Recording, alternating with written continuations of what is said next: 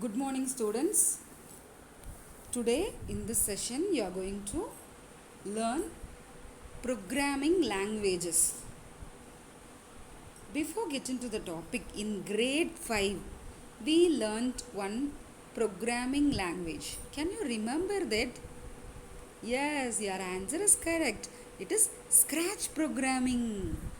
So while teaching Scratch programming, ma'am gave you introduction on what is program, what is the need for programming language, and also we have discussed what kind a Scratch programming is.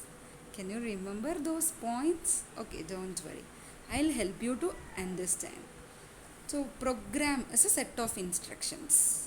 Based on the set of instructions we feed into a computer, it is doing certain task to us. This is what called as program. A man who is writing a program is called programmer.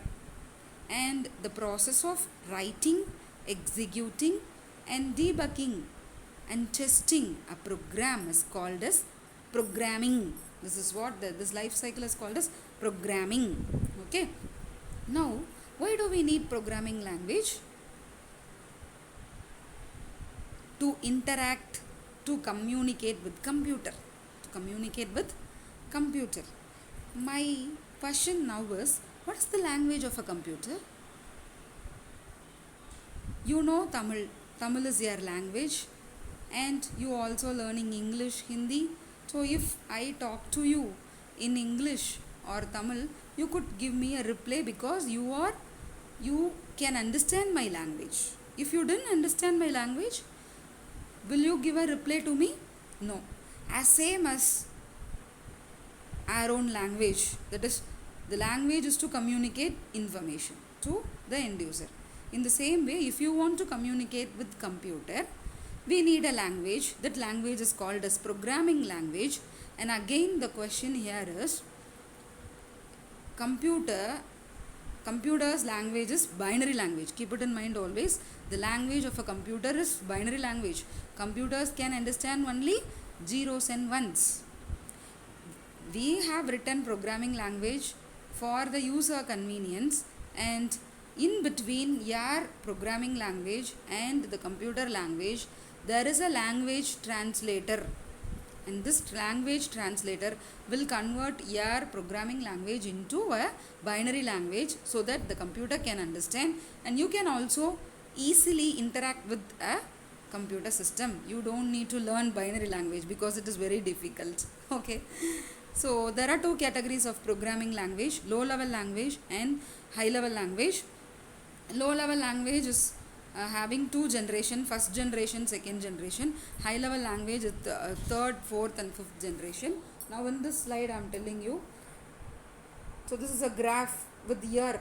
So from 1940s to 1990s, how it has evolved from one programming paradigm to another programming paradigm. So from initially it was machine oriented language, later on it is converted to human oriented. That's why we need language translators in between. Okay. Now look into this third image. So first generation language is machine language. That is, everything is in zeros and ones. So it's very hard for a human being to learn this language and interact with the computer. Only the specialist, those who are expert in binary language, can communicate with the computer. It is very difficult. And the second generation with assembly language. So here comes the term called mnemonics. That is, special symbols and letters were used to interact with the computer. Compared to machine language, it is somewhat okay. If you know some keywords, you can at least communicate with the computer. Okay. And third generation, high level languages, it is more similar to your English language. So it is very easy for human being. So in this era, the machine oriented languages are slowly shifted to human oriented languages, because the languages were written in English, as same as English. So it is easy to understand and easy to interact with the computer. Some examples were C, C++, Java, Pascal, Gobal, Fortran. Okay.